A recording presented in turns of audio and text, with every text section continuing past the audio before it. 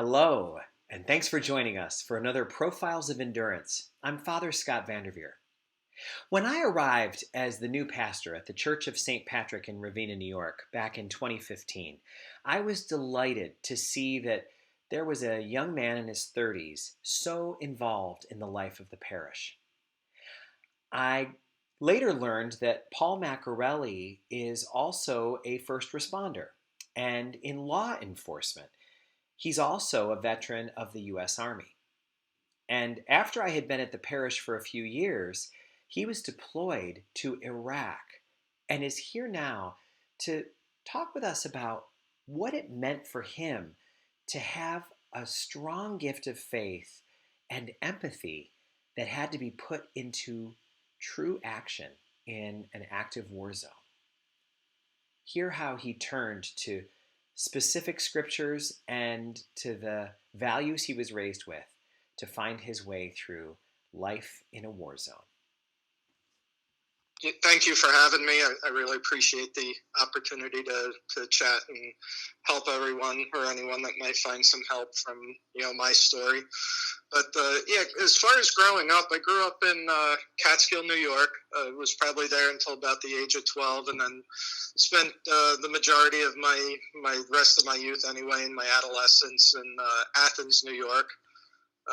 Later on, probably in my early 20s, my mother and I, we eventually moved to New Baltimore, and during that time, I did attend St. Patrick's in Catskill, and St. Patrick's in Catskill was starting to go through some hard times, financially, and finding priests and such, and so as being in New Baltimore and close to Ravenna, it made sense to look at another church, and by fate, found a new home in the same name at St. Patrick's in Ravenna. Yeah, which is a great joy for us. And it's interesting that some of the people who go to St. Patrick's in Ravenna, actually, because they've lived in different parts of Greene County over the course of their lives, some of them indeed have gone to St. Patrick's School in Catskill when that was open. So there are a lot of connections.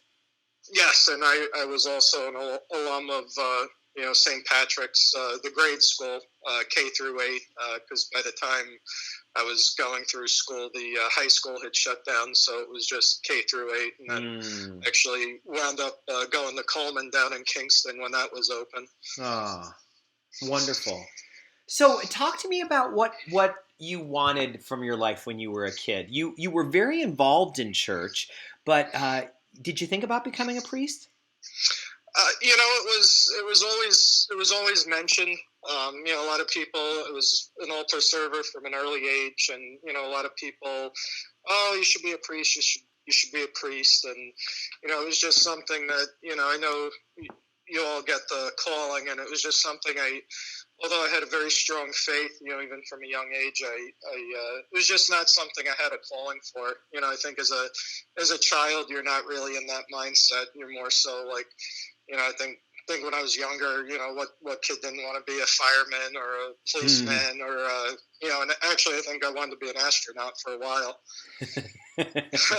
Which I love. I mean, that's a fun thing. But you said that your mom was actually too practical to let you dream too wildly about what you wanted to be. So it was kind of funny during getting ready to graduate high school. It's one of my favorite stories, and her and I will chat about it from time to time. It was senior year of high school, getting ready to graduate. And this high school, hey, where are you going to college? Where are you going to college? And I really didn't know. At the time. I was actually really into those volcano movies that were out. I think one of them was Dante's Peak, and it was just the idea of doing that kind of work, volcanology and stuff, like going to foreign lands and studying these volcanoes and stuff. I'm like, oh, that sounds like a fun thing. Maybe I'll do that. And it makes me laugh because one day I'm sitting there and my mother's like, she has the Greene County Daily Mail, and she hands me the want-ad section, and she goes, hey, where do you see volcanologists in the want-ad section? Let me know. And, volcanologists. Yeah. Doesn't seem like there's a whole lot of those wanted in Greene County right now. No, definitely not in Greene County.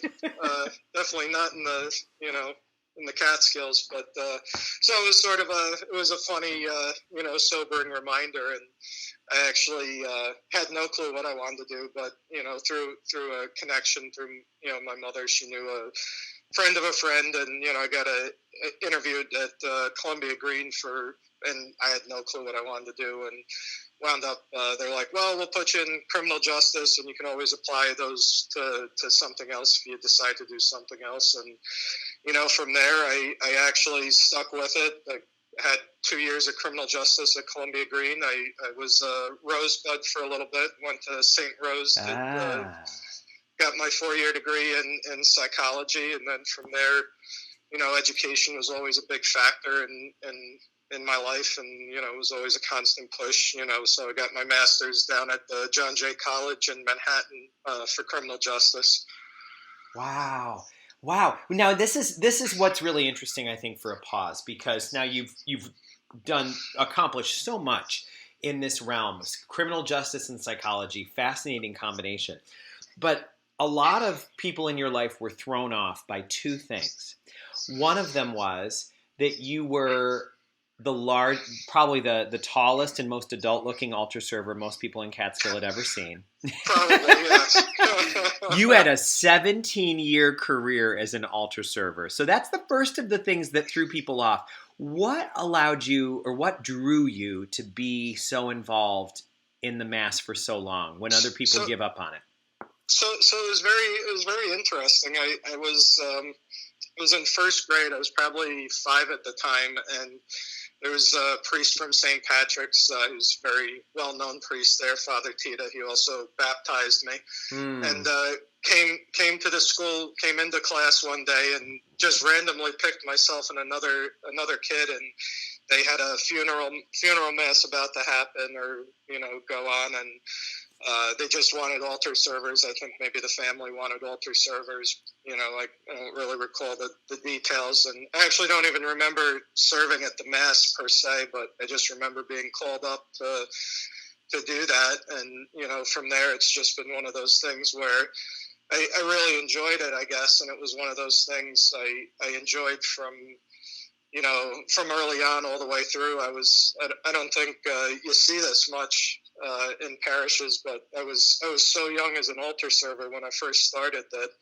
I couldn't even receive communion. It wasn't for another 2 years before I could receive communion on the altar. So it was just one of those things. Amazing. Yeah. So which of course is something that, like you said, right, it doesn't happen very often. And I imagine there's even probably some policies that would say, oh, that's not the best idea. But how wonderful from such an early age, there you were feeling so close to God and to where the activity was. Yeah, it was, and as I went through, and as I got older as an altar server, I still really enjoyed it, and I would say it's something that plays into later on in military life. You sort of feel a sense of duty and honor towards the role and the job. But I also found I enjoyed the perspective of the Mass much better, because I've sat in the pew even as a kid, and then I've sat in the altar for so long that I've just really enjoyed that view from a lot of people don't get. I think some of your you have adult altar servers at St. Pat's, so they can probably appreciate it, but when you're experiencing the Mass and you're experiencing it from a different angle in church, it's just such a I can't even explain the experience. You just experience it in a much, I think, more profound way.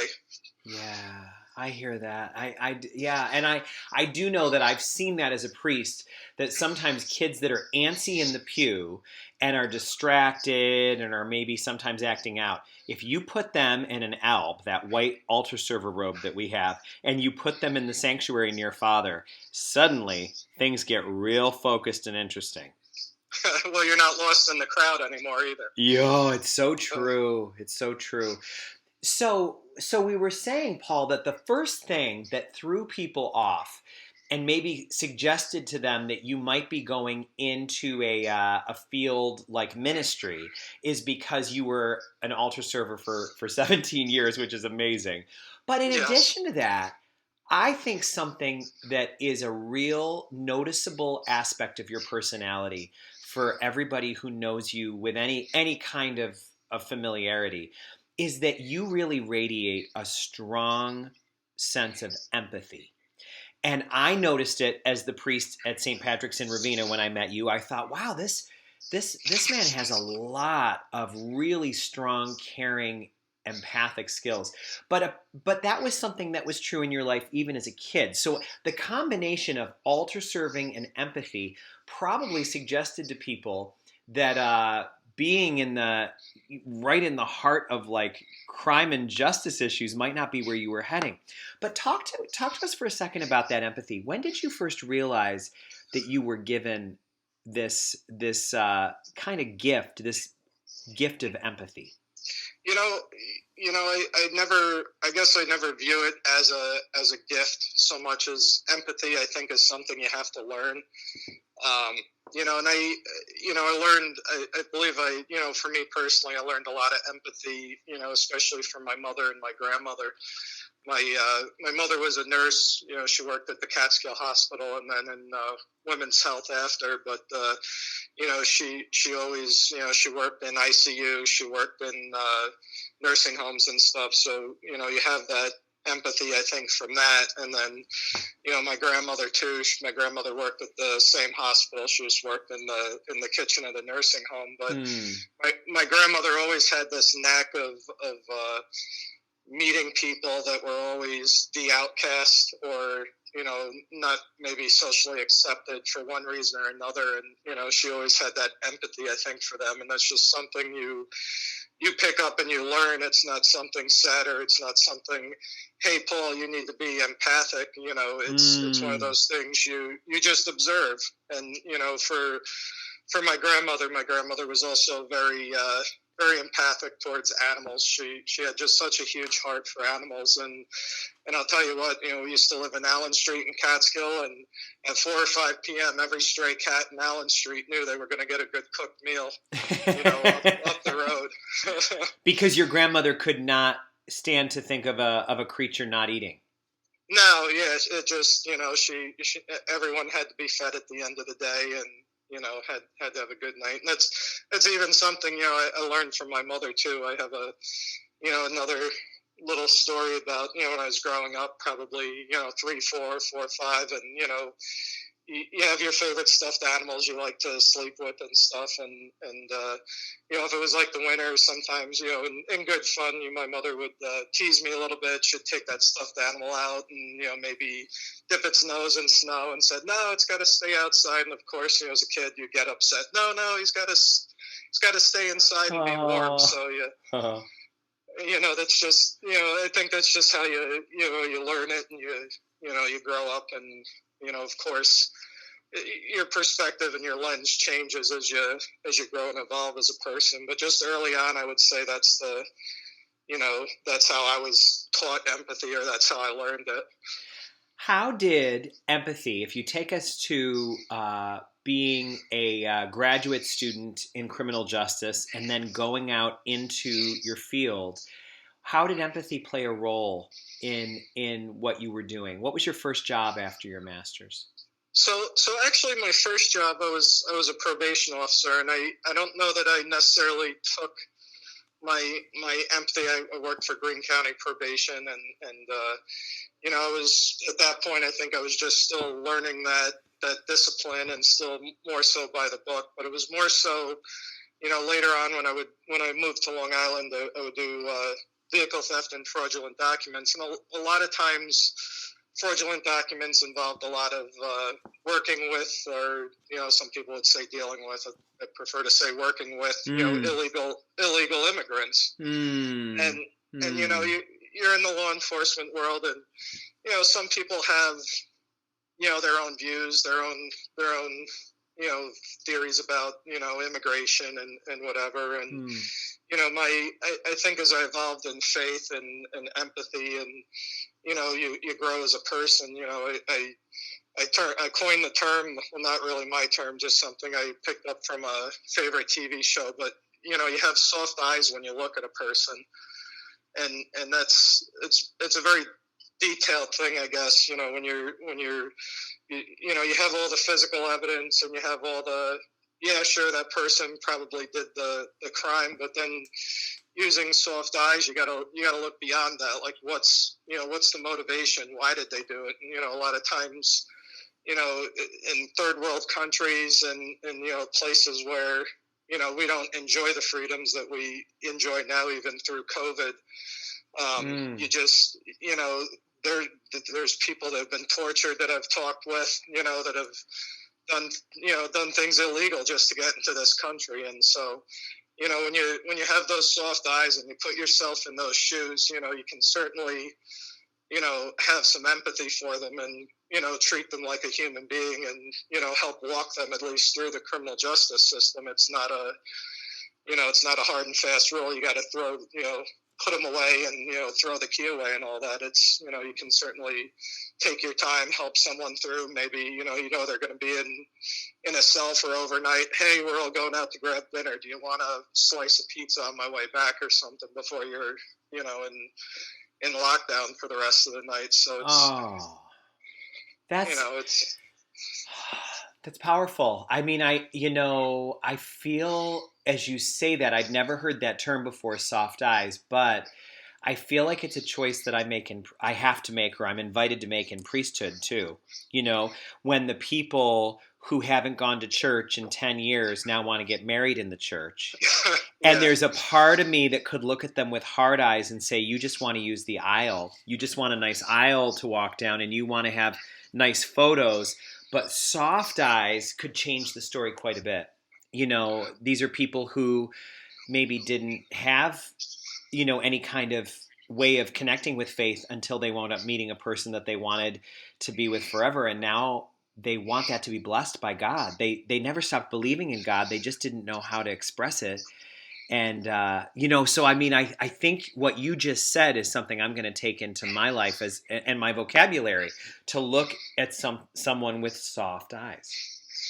Yeah. Well, that's also when you look at it with, you think of Christmas Eve, Christmas Day, or Easter Day, sometimes people only come those times of the year, but, at the same time, look at it for, you hope that they gain from the message and the experience and, take that on and take it further. I love it. I absolutely love it. That's beautiful. So thank you for that. That's something I'm gonna tuck in my satchel for the journey. That's really helpful. What was it that brought you from that kind of an investigation career that you were in to the military? What was the calling to the military like? So for a long time, I kind of had always wanted to do the military. When I was in college, during my rest of my bachelor's and my master's, I was actually in ROTC. I started off when I was at St. Rose. ROTC was at Siena, and then when I when I transferred and was working on my master's in New York City, I went to Fordham for it, and just the timing in life, it just wasn't working out. My grandmother was really sick, and just needed to be home. And then, also I had, my master's, which was, everything, it was a very important piece to something I wanted to accomplish. So it was one of those things that I wanted to do military, but, I kind of just, put it aside for a bit. And it was probably 2006. I looked at the military again, and, it just wasn't the right fit. It wasn't the right time. And, the recruiter was way too pushy, and it kind of turned me right off. But, around 2010, 2011, I started thinking about it a lot again. And a couple of friends at that point in the military that I, talked to about it, what do you think? Do you think, I'm at this point in 2010, I'm 30 years old. And so for perspective, I'm 40 now, but, late in life, it's a little bit more different to do it later than life than right out of high school. But, I didn't want to give up my law enforcement career, and, the National Guard was a very good option. And I originally looked at Air Force and, kind of wanted to do the Air Force. And, a friend of mine, she's she'd been in the Air Force, for a long time. Said, "Oh no, you got to be an officer. You're definitely a leader." And I don't view myself as a leader, but no, it's like you definitely got to do this. But at the time, the Air Force didn't have any officer positions, and there's always that little thing tugging at my leg about wanting to do the Army, and it was more so for two reasons. I wish I could say it was altruistic, but I was bored at work. It came down to that. I was just simply bored at work. Our caseload had gone way down, and I will say I got to kind of do a quick cutaway about caseload being down and stuff. It's not that I was looking for people to arrest or anything like that. It's that for me, being an investigator is always about the puzzle. Like, I don't care if I do care if the person's guilty or innocent, but as far as where the case goes, if I can prove they're innocent, great. If I prove they're guilty, we'll take care of it. But I don't, it's not about doing the arrest. It's about actually solving the puzzle, and that's always what drives me. And so at that point, the puzzle had been, there hadn't been many puzzles for me to do. So I started looking and thinking more about the military and training a little harder at the gym. And so it wound up that I just wound up in the Army. It was something that my family, it's been a family thing. My grandfather served stateside in World War II. My uncle was voluntold to Vietnam, so he wasn't really a willing participant, but at the same time, it's always been the Army, and I felt like out of all the services and all the branches of services, the Army was a really good balance, and certainly the National Guard doing it part time was in fitting with my schedule. The Army, as a total civilian here, I've never done military service of any kind. But just listening to this with civilian ears, the Army sounds hard to me. It sounds like boots on, frontline combat type branch of the military. Is that a fair perception? So for the main idea of the military, yes, it's a very infantry and armor, being tanks and stuff driven industry, but it also has so many other functions and branches, and you need quartermasters to make sure everyone's clothed. You have people in the intelligence world that actually drive the operations, so they get the intel, they let the infantry know, hey, the enemy's probably here, go get them, kind of idea. So there are many branches to service. I think most popular, you think of the infantry or you think of a tank, but there are a lot of different things you can do in the military. Is the first step for you at age 30, turning 31, is the first step basic training? Is that where you go first when you enlist? Yes. What is basic training like when you're 31 years old? Well, actually, by the time the decision-making process and the enlistment happened, and I'd actually just turned 32 when I went into basic training, and it was funny. I was thinking about this today. When I enlisted, the guy, there was a civilian there who books the schools and everything, and I told him, hey, can I just go after this time frame in September? And he's like, yeah, sure. He goes, the first basic training I have open, and there's basic trainings, just to preface it real quick, they're throughout the U.S. There's a couple of different centers that do basic training, and but the first one that happened to be available was at Fort Benning in Georgia, and I knew nothing about the military at the time, not really much. And the guy's like, he's like, let me find you a different school. Let me see what else is out there. And I'm like, well, what's wrong with Fort Benning?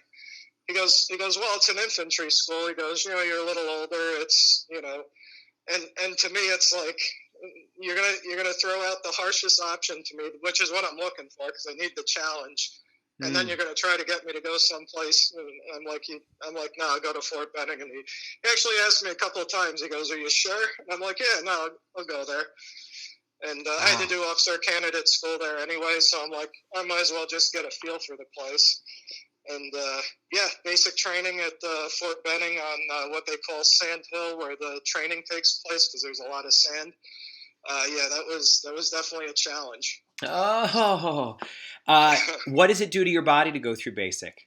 It's a very rigorous process. You know, if you especially if you're not used to, you know, getting up early in the morning, like you have to be up at 4 in the morning just about every morning.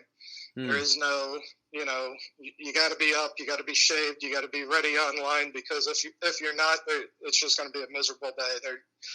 They're going to do what they call smoking you, which is just basically you're doing push-ups, you're doing what they call corrective, you know, physical training, until, you know, every muscle in your body is just, you know, aching and sore and done. Oh, oh my goodness. How did you handle the mental challenge? Because when I've seen movies about this, it feels like the way it's always talked about is they need to break you. You know, Right. everyone needs to be broken. For me, watching as a civilian, the word that comes to mind is humiliation. You know, you're like humiliated. How was that for you, having been a professional with a master's degree? That could be a very different experience than it would be for an 18-year-old who's coming, you know, directly from high school into that kind of environment, which, depending on the high school you went to, might have, you know, prepared you for the road of that. How did it feel, having been a professional who had achieved some esteem in the world, to be broken? Well, you know, you kind of being a little bit older and not much wiser at, you know, 32, but, you know, a little bit wiser to the world. You know, you might do a little bit more research on what it's like, and, you know, you realize going in, I think, older, that it's going to be you know, a mind game. And so I think the harder part of it for me wasn't the drill sergeants yelling at me. Like, you know, in law enforcement, people yell at you, and you really shouldn't have any passion or, you know, disdain towards it. People are going to yell at you because they Mm. just don't like you. And so that part of it didn't bother me. The physical, you know, I tell you what, probably by 7:30 at night I was in my rack falling asleep. But it was actually being there with a bunch of children. Basically, you know, you have 17 and 18-year-olds for the most part that haven't had a clue about life, and, you know, think that they're going to conquer this. And so I think there's more of a breakdown point for them than there is for someone slightly older. And I actually wasn't the oldest person there at 32. There was a guy I went with. We're actually still friends. He was 36 at the time. Wow. Yeah. I admire that. I admire that. And interesting that because you are who you are, when you saw those guys there, 17 and 18, and they seemed like kids to you, did it bring out that empathic, nurturing side of you? Do you feel, when you're around young people like that you'd like to coach them and guide them?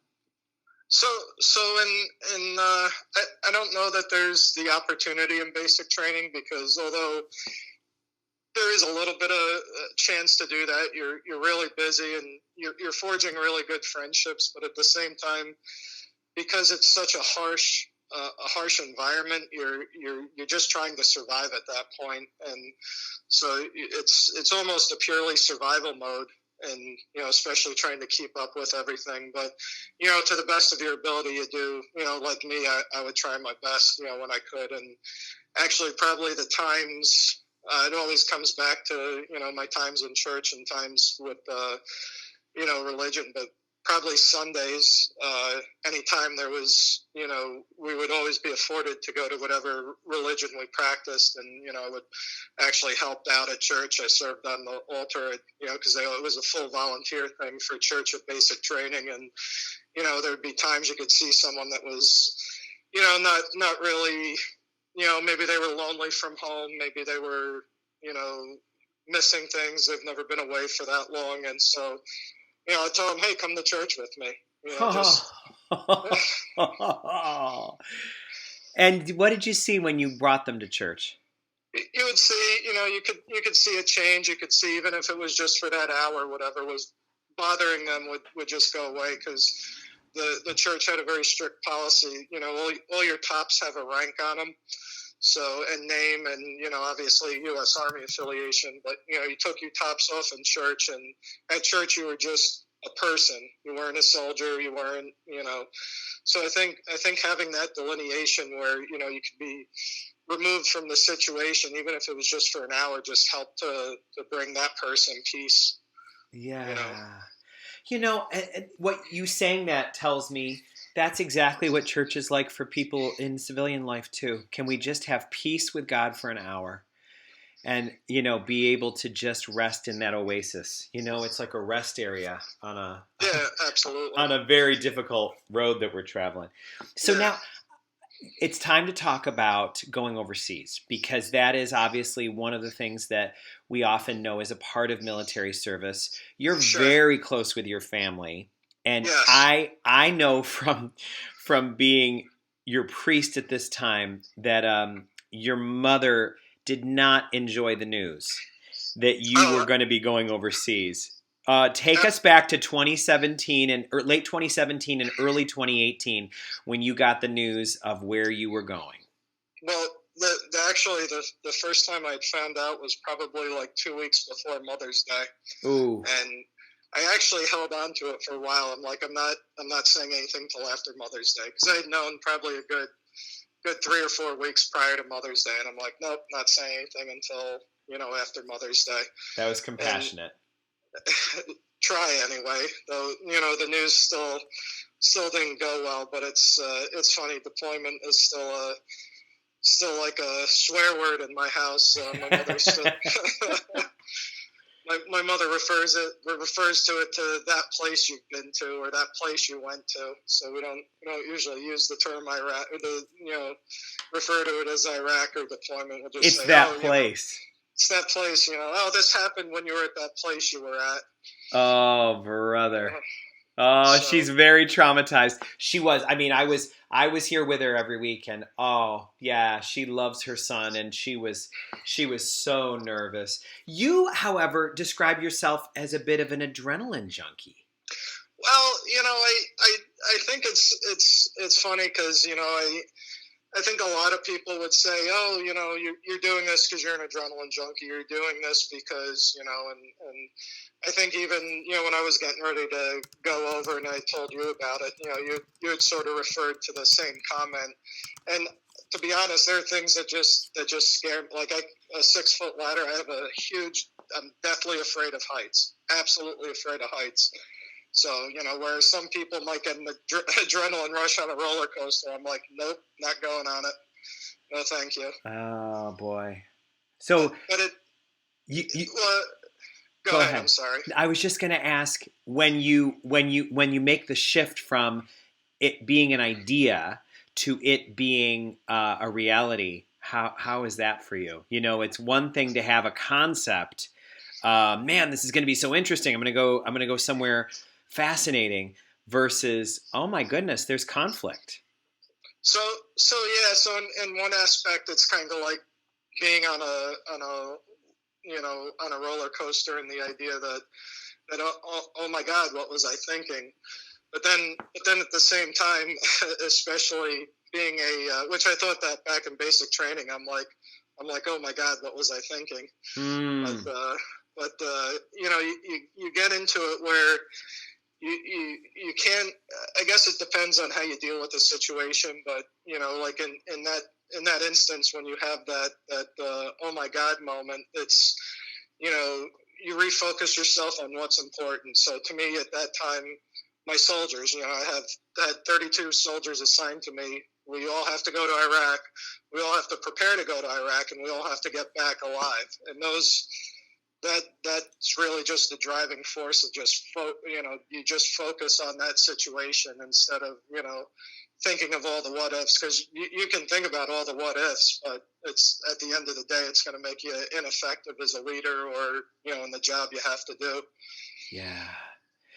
What is it like getting there? For those of us who've never done military service, never been deployed, you don't fly Southwest Airlines.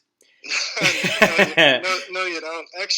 Actually, it was funny. I went over on the advanced crew because, of course, I want to be the first one there. But the jobs I had to do, I had to get a very specific briefing, and had to have a good lead time before that person left because of the things I was taking over. And, so you get there and it's, first you go to Kuwait, which is like a clearinghouse for all the theaters of war and everything else that's going on. So you acclimate, you get yourself used to the heat and to the time zone because it's, God, what is it? I think it's like 8. No, it's more than that. I forget what the time difference was, but it was pretty significant time difference. So, you start acclimating and then, you kind of get comfortable, and especially in Kuwait, because Kuwait's not really a combatant area anymore. It's a very safe place.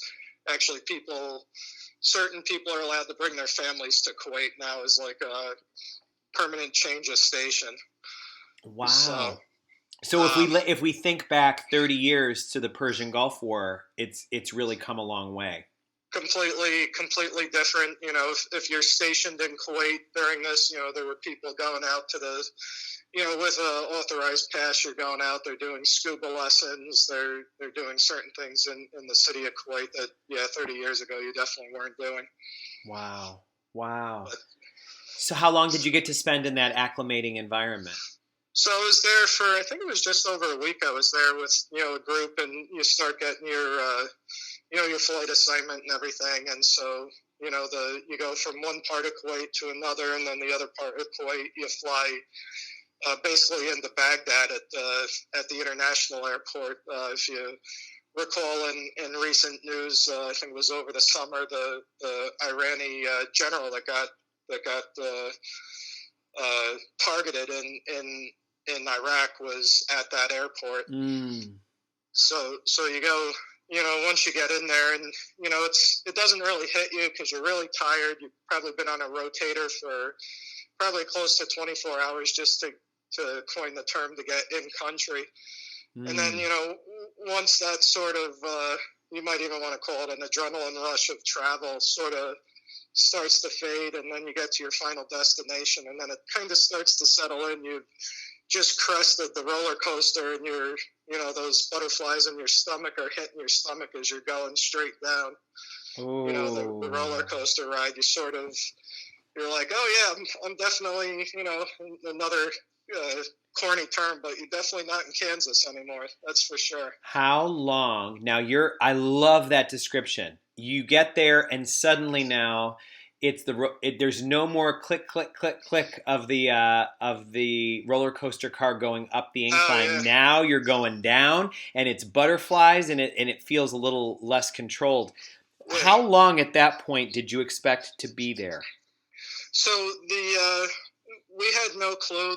The standard rotation now is 9 months. So I was prepared to do 9 months, but there had been talk about changing mission and changing different things. And, they said people will probably go home earlier and such. And actually the other interesting thing just popped into my mind was the day I landed at by the time my final destination, it's called a FOB, Forward Operating Base. And the FOB itself was actually located at the Iraqi High Tribunal, where Saddam Hussein was, tried for war crimes before the second surge of ISIS came in, and why we were back there. But wow! But I actually landed on Ash Wednesday, and Ash Wednesday that year was so contested because it was on St. Patrick's Day in 2018. Oh, you were. So it is. Back home, people thought their biggest problem was not having corned beef on St. Patrick's Day because it was Ash Wednesday. Meanwhile, you're in Iraq. Wow. Tell me, what was the scene? Were you in danger at certain times? How dangerous was it? You don't really focus on it. Like there are times, like you'll be sitting outside at night, maybe chatting with some friends. In a specific area I worked, we had our own sort of private chat area, so we'd sit outside, maybe talk for a little bit before we'd go turn in, and it wouldn't be anything to hear some, small arms fire in the background. In the city, you could definitely hear what I coined the term. You could definitely hear some stuff popping off at night, but we had a couple of what they would call false acquisitions. So the whole alarm for the base would go off as like a incoming, projectile or something incoming, but it was wound up not being anything. Sometimes, the radar gets a little hinky. There was, I think, one time or maybe two times where we had a very small UAV fly over our airspace, which was probably enemy reconnaissance. But, aside from that, there was never really any, at least to me, perceivable. Like, you could hear gunshots in the distance, but, I can hear that in my backyard in Oswego County, too. So to me, that doesn't,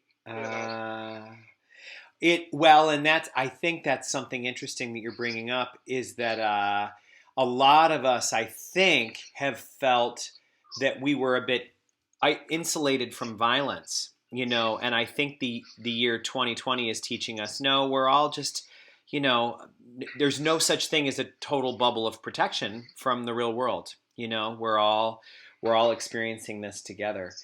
What are the memories that stand out to you from your time in Iraq? Were there any moments that are things you go back to now? There's a couple things. I always think of the potential of the place in general. It was when I first got there, I got settled in, got to learn, what I had to do. But there were times I had to travel north to Erbil, which is very northern Iraq. It's in the almost on the border of Turkey, and very just a completely different region of Iraq that it's like the difference, I guess, of going from New York to Georgia, when you think of the differences. But, it was one of those things. The first thing I remember is, I tell you, I'm absolutely terrified of heights, but, to get back to the Baghdad airport, you have to go into the embassy and take a helicopter from the embassy to the airport. And, here I am, and, of the most afraid of heights, and I'm in this little Huey helicopter sitting at the jump. They put me in the jump door too, which I'm like, you guys are closing the door here, right? And they're like, nope. Oh. And, all you are is just like strapped in, and, I'm sure, on key, the helicopter pilot probably could sense my fear of heights and decided, while we're in the air, to bank, to the left. So so here I am, just strapped in this helicopter, and I'm actually not really hanging by the straps because you're in tight, but it's like your body's against those straps. But instead of letting the fear, it's like all of a sudden, well, I'm like, you get comfortable with the straps, so you're not going to fall out. And then you start looking at the city, and it's just amazing. You look at a place that's the cradle of civilization, and it just amazes you, this foreign land that's you look over, and you start thinking about the Old Testament and some of the New Testament, and places where a lot of the biblical superheroes just walked. This is a place of just immense history, and you just get really taken back by it. Yeah, that strikes me as a really beautiful thing, that it's not just a harsh foreign land that is occupied in large part by a force you're in conflict with.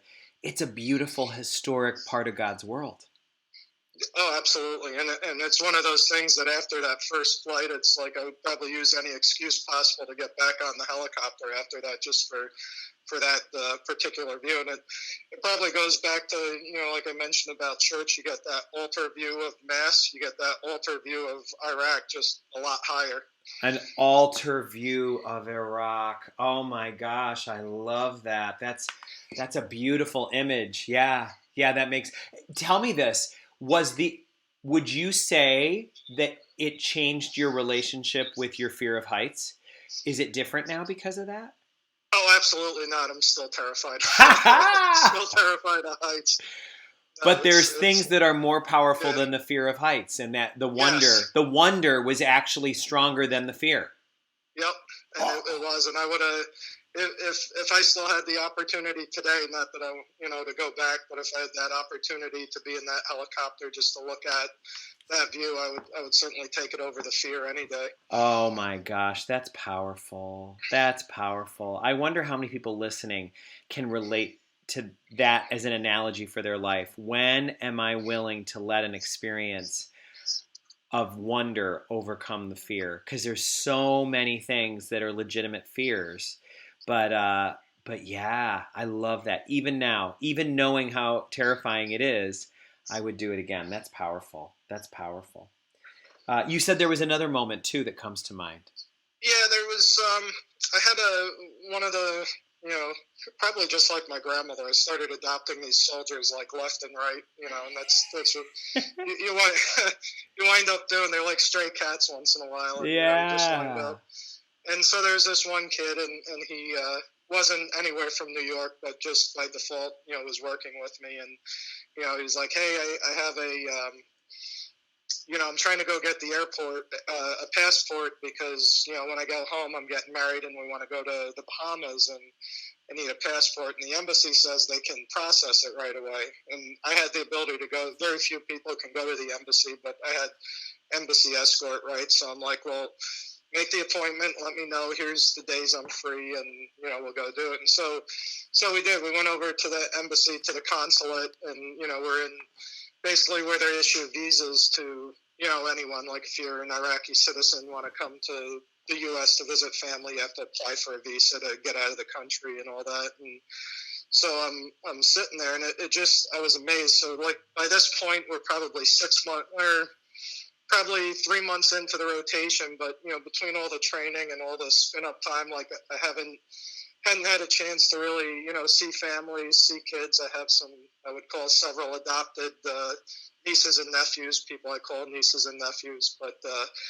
and I was just amazed because we're sitting in this room for the visas, and all that's there is just all these Iraqi families that you could have been in downtown, USA, just like anything else. The kids were playing with toys like you were in a doctor's office, and it just really amazed me for all of our differences, how just very similar and same we all are. You don't necessarily need to speak the same language to really realize that, oh yeah, they're just like us. Yeah. Yeah, and it feels like that is, I'm hearing also that there is your gift of empathy showing up again. Oh, like me, you care about this. Your goals for your family are the same as my goals. Your hopes are the same as my hopes. Yes, exactly. Oh man, that feels so important to me. It's almost like, hey, we're both humans. That's funny. We're family. Yeah, exactly. No It's matter like, where you're from. Yeah. I love that. So what does that mean about now that you've served in the Middle East? What does the Middle East mean to you these days? How do you think about it now? I still think about it with that same, I guess, wide-eyed, childlike view when I really, was over there and really got into it. It's a country of just such great potential. When you look at it, and I don't mean to bring, capitalism there, but just the ability, if it could open up for tourism, especially for religious tourism, the amount of, the amount that the whole world could gain just from the history of, basically known as the cradle of civilization. That's right. Just an absolutely amazing, to me, an amazing place. I know a lot of people would probably disagree that have been over there, because I know a lot of people who have saw way more horrors and experienced way more than I probably did over there. But it's it's one of those places, looking beyond all those atrocities. You just see such great potential for a country. Sounds like the altar view. Yes, absolutely. It's the altar view of the country. I love that. Oh, I love it. I love it. What's the role of faith for a person who's there? What kind of workout did your faith get? What was your faith doing during this time? It's one of those things. for me, I felt like it was just strengthened and stronger, by being there. It was like anything that's austere. I really love like Alaskan shows like Life Below Zero, because you watch it and these people are in such remote areas, and it's they're basically on God's terms at that point. Mm-hmm. And that's what it was over there. It's just living life on God's terms, because that's all you have left. When you can think of safety and everything. And I tell you all the time, like if I when I email you, probably every other email is about Psalm 91, and I have a huge love and respect for Psalm 91. It's one of my favorite passages in the Bible, and I have a book that I carry with me pretty much all the time now, because I'm doing a lot of COVID stuff, but it was something I'd gotten at basic training, and it has the Psalm in there, but then it breaks the Psalm down by all these different stories about, World War II during D-Day, like, people who had, the Psalm or prayed the Psalm, that, just great devastation, never came upon them. And it's known as the Soldier's Psalm, actually. Paul, I knew that this was an important psalm. Like you said, whenever we would email, you so often would say, Psalm 91 reference again. I know you've heard this from me before, and it's powerful. So, I've got it open in front of me.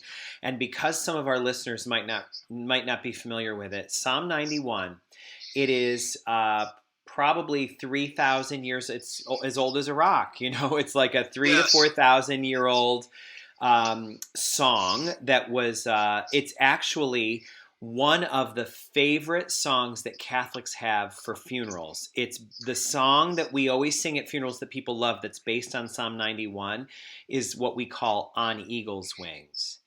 And he will raise you up on eagle's wings, bear you on the breath of dawn, make you to shine like the sun, and hold you in the palm of his hand. So here it is right in front of me. You who dwell in the shelter of the Most High, who abide in the shade of the Almighty, say to the Lord, my refuge and fortress, my God in whom I trust.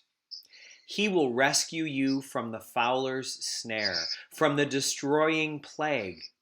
He will shelter you with his pinions, and under his wings you will take refuge. His faithfulness is a protecting shield. You shall not fear the terror of the night, nor the arrow that flies by day, nor the pestilence that roams in darkness, nor the plague that ravages at noon.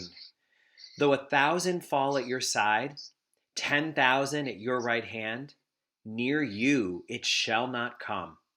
You need simply watch. The punishment of the wicked you will see, because you have the Lord for your refuge and have made the Most High your stronghold.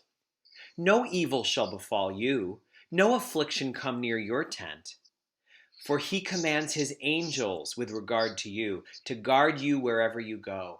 With their hands they shall support you, lest you strike your foot against a stone.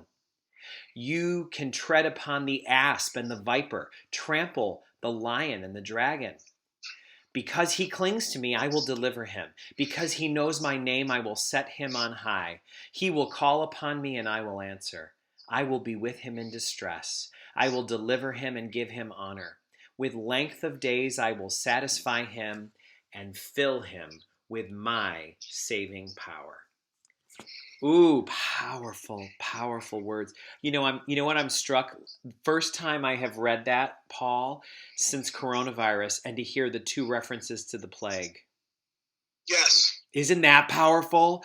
Even yes. The plague will not touch you. Know that where is it? The plague ravages at noon. That's powerful. He will rescue you from the fowler's snare, from the destroying plague. Wow. Which is why, and I'll jump out real quick to, current times when I first got sent down for my first COVID mission. They sent us straight down to Westchester right as the outbreak started. And, probably just as much as that roller coaster ride and the butterflies in my stomach in Iraq. I had the same thing, going down to Westchester. But the first thing I thought about was to make sure, just like in Iraq, I have that book with me and, that prayer with me at all times when I went down there. Powerful. Yeah, I hear it. I hear it. It's wow. Wow. It's so beautiful to know that you can engage a 3,000-year-old piece of scripture and let it speak to you right here, right now. That feels so meaningful to me that you can. I mean, that psalm in particular is one that Jesus learned as a kid.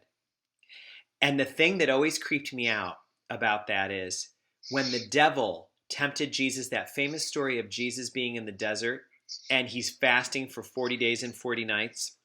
And then the devil comes and speaks to him and says, turn these stones into bread and throw yourself down from the temple. And when he does it, when he says that, he quotes Psalm 91 and says, does not Scripture say he will send his angels to guard you so that you will never strike your foot against a stone? And I mean, to think of, an image from the New Testament of the devil using that to try to tempt someone in a time of trial, it shows you the power of that psalm. That is powerful. Absolutely. And it's one of those things too, where it also helps bring, if you're in despair or, you're having issues, it's certainly something to reflect on. I know it's something also used in a lot of prison ministry. And I actually, a couple of years ago, actually way before Iraq, because I've had this copy since basic training, I wound up, I remember Deacon Steve had a really good homily, and it was something in regards to probably the despair of prisoners and, people, who, they got themselves into a bad spot, but then, they have a hard time in prison. So I actually got him a copy of it just so he could take with him along on his ministry too. How beautiful. How beautiful. Wow.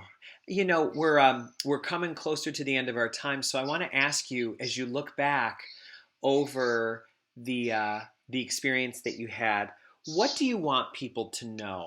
People like me who are civilians who now we're too old to go serve, so we're never going to have that experience. What do you want people to know about soldiers? And what do you want people to know about life in a war zone or about, war zones in general? You went there at an age where you'd already lived quite a bit of life, and you went there with more growing to do, but you already knew quite a bit. What stands out to you now from this even later place in your journey at age 40? What do you want us to know about soldiers and about a war zone like the one you were in? I think as far as soldiers, they become like children. Like they become like your children, I should say, and they're very, like any soldier, like that's either been through that or even if they haven't been through that, you learn so much discipline and you learn how to grow up at a very rapid pace of life. And, I think, you see that in a soldier, for the most part, you see that respect of, yes, ma'am, no, ma'am, even with civilians and, just sort of a higher, not really a higher level, but just like a difference in a person. I think it helps, just helps someone to grow up more and to have appreciations for certain things. And that's the same thing like in a combat zone. You come home and you have new appreciation for stuff, and you lose appreciation for things that you probably should have never had appreciation for anyway. Oh. When you think about, I got to have that Lexus, or I got to have that pair of jeans, it's like really doesn't matter to you anymore. It's not the driving force of your life. When you think of material things, or down to like you're in such a dirty and austere environment. I joke, something falls to the floor and like, I'm not eating that, and I'm like, 3-second rule, it's fine. You don't want to let anything go to waste because resources are so thin over there to begin with that it's you come to appreciate, I guess, your resources more. I can imagine. That's powerful to hear. Yeah. And I bet you appreciate showers more now, too. Yeah, well, we did. I will say, like, compared to probably people going in, early on, we actually did have decent showers. Oh, Uh, good. Good, but good, good. Because I I think did. about the desert. Oof.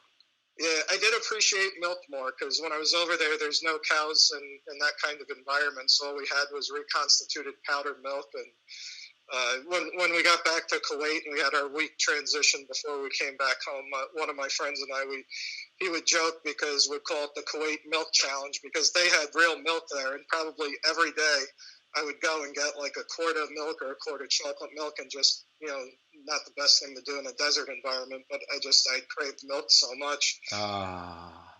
Yeah, beautiful. I can picture it. It's the little things. It's the little things. Oh.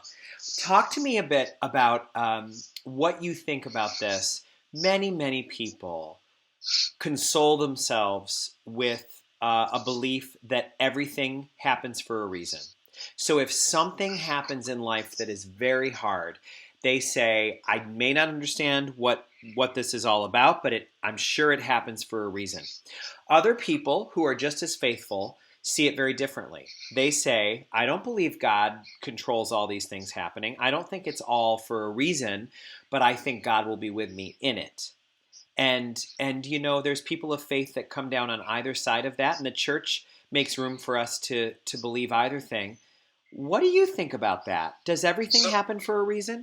so I'm going to confuse that even more, and I'm going to tell you that, in my opinion and my experiences in life, I think everything happens for God's reason. Mm. So, Mm. and I don't recall if I actually heard that from you or if that's something I've been contemplating recently. I almost think it's something I heard in one of your homilies or picked up from one of your Oh. homilies. Well, But thanks for maybe giving me credit for your brilliance. I love it. Maybe I don't know. I don't remember yeah, saying those words, so I'm gonna yeah. I'm gonna say it's yours. But I think there's just things in life that I don't think God wills a natural disaster or a friend of mine whose son passed away at an early age. Like, that's not something God wills, but I think God sets up the design of putting those enablers in place that help those people. So whether it's me being there for a friend or just I'll actually give you a really good example. This actually just happened to me yesterday, and to me it like tied perfectly into everything happening for God's reason. So something very innocuous. I go to leave work for the day, say goodbye to my coworkers. I wear suits to work normally, so I throw my suit jacket on, and normally I put my phone in my suit jacket pocket, but completely must have bypassed that step in my mind. Walk out, and I get maybe a quarter mile down the road, realize, I forgot my cell phone. And how often does anyone forget their cell phone? You forget your keys before you ever forget your cell phone. But Mm. I'm like, all right. So I go back to make a U-turn in downtown Syracuse, which right now with not a lot of people at work is easy to do. And I go back to work, go upstairs. Probably cost me an extra 15 minutes because I went back in, and coworker engaged in conversation. And as I'm leaving, I'm going out the door and I'm walking down the sidewalk because I parked in a different spot than where I was earlier. And I see a couple in my periphery behind me. They're walking down the street. They got a double stroller with two kids. I hear the kid kind of laughing. I kind of turned around, smiled, and I kept walking. And get to my car, go in, and all of a sudden I hear this, "Hey sir," "Hey sir," and you can tell, like, I wear a gun, I wear a shield. You can tell I'm in law enforcement. And guy approached me and he's like, "Hey, my wife and I have been stuck here for a day now. We don't have enough money for bus fare. You know, we just need $4 each. We don't care if you come with us and you pay for it online or whatever." And I happen to have $10 in my wallet. That actually all I had left. But I gave him, like, "No, just take the $10." And the wife starts crying, and they're so happy they can get the bus. But I say that because was it random design that I forgot my cell phone? Because I never forget my cell phone. Or was it that I needed to be brought back to that place and that time to help that family. Oh my gosh, I love that story. I love it. I love it. I love it. And to show that I've learned from what you've said, I want to tell you that what I thought of when you said that is you were able to look at them with soft eyes. Yes. That was a soft eye moment, because it's easy to say, no, go get a job, or, this is probably an addict, or this is but even if 9 times out of 10 it is, this time soft eyes can tell you maybe it's not. Yeah, and I mean, maybe they got one over on me, but in my mind, I think there was too much going on at play to have that just be something random. So to me, it just goes back to it happens for God's reason, not necessarily beautiful. our own. As I always said in my homily. I don't remember saying that, Paul. You're getting full credit. I'm giving you full credit back. Oh my gosh, that's beautiful. Talk to me about how you endure things in your life and what you think the key to that virtue is. Every time I speak to somebody on this podcast, I like to ask them about what they think is the key to practicing the virtue of endurance. What do you think about that? It's a very old and cheesy adage, but it's basically don't eat the elephant all at once. Nah. I know that. I bet there's people who don't know that. You can't, you've got to, it's the idea that an elephant is too big a meal to think I'm going to gobble this up. And I've had different things over the years, and obviously the deployment, going into deployment, I have this massive amount of responsibility. How do I deal with it? Luckily I had a really solid crew. I had really good NCOs underneath me that were, you're always, as an officer, learning from your NCOs. So, they're helping me. I'm helping give them the cover they need to do their job. And so, just by, step by step, piece by piece, you start putting that whole puzzle together. And then it just, actually it's funny. I was thinking about the term endurance, I was getting ready for this, and it's really, endurance is nothing more than probably, lasting 5 more minutes than whatever the problem you have going on is. Oh, it's outlasting the problem. Yeah. Oh, wow. I love it. I love that. All you have to do is look at this problem and outlast it by 5 minutes, and you've endured. And that's, I would say probably I can kind of identify with people going through, joblessness with COVID now. I almost lost my job a few times back in 2000, it was like 2009 to 2010 time frame. The government was going through such a turmoil, and they just started laying people off. And I actually got issued 3 layoff notices in 9 months.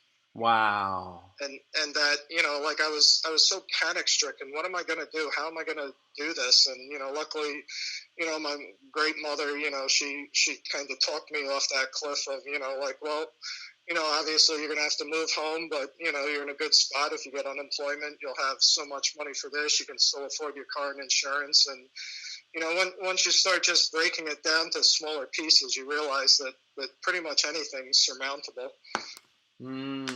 Isn't that true? Isn't that true? Wow, I'm really going to feast on that. It's really, really helpful. Yeah.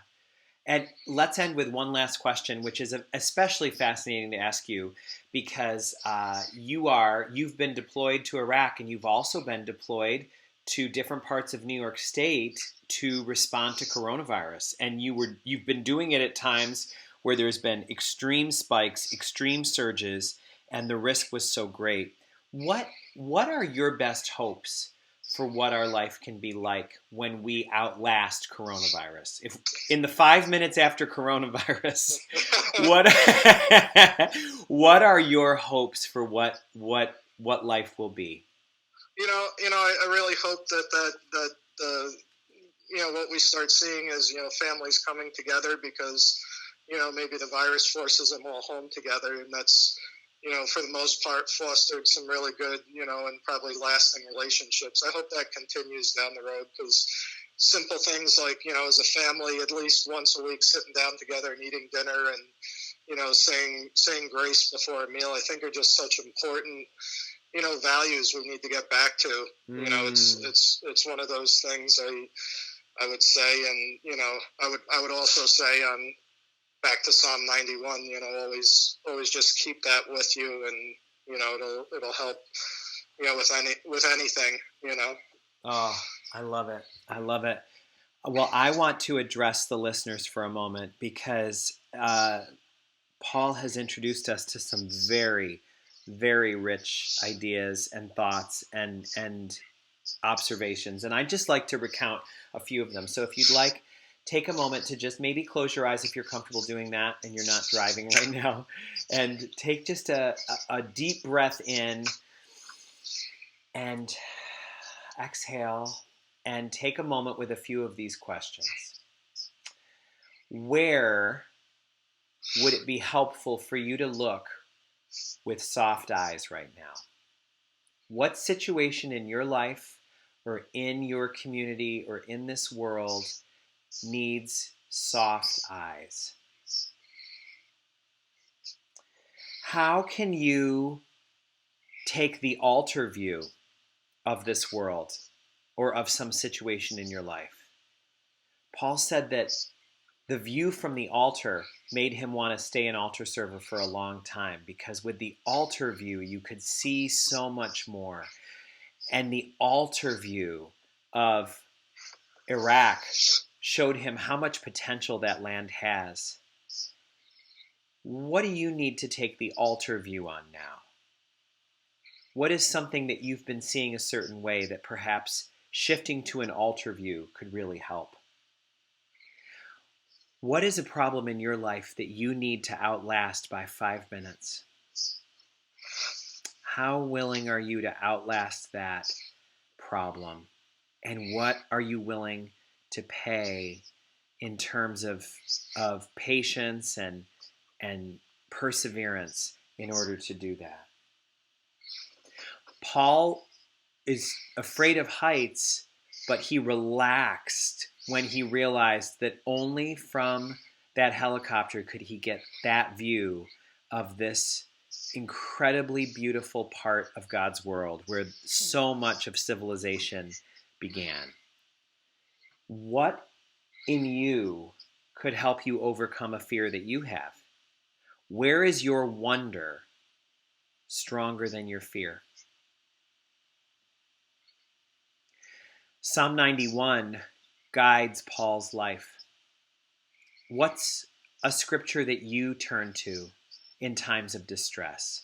What's the scripture that comes to mind when you most need to be reminded of God's presence? And if you don't have one of those scriptures, might you consider Psalm 91? Or might you go to the Bible and take a look to see if there's one that's handpicked by God for you? Paul, you have been so generous with your time and with your insights. I am so grateful to have this conversation with you. I can't even tell you. Thank you so much for joining us and for allowing us to have a glimpse into the life of a soldier and your life as a person of faith. Thank you. Oh, absolutely. I really appreciate the time. And thank you all for listening. May God bless you all.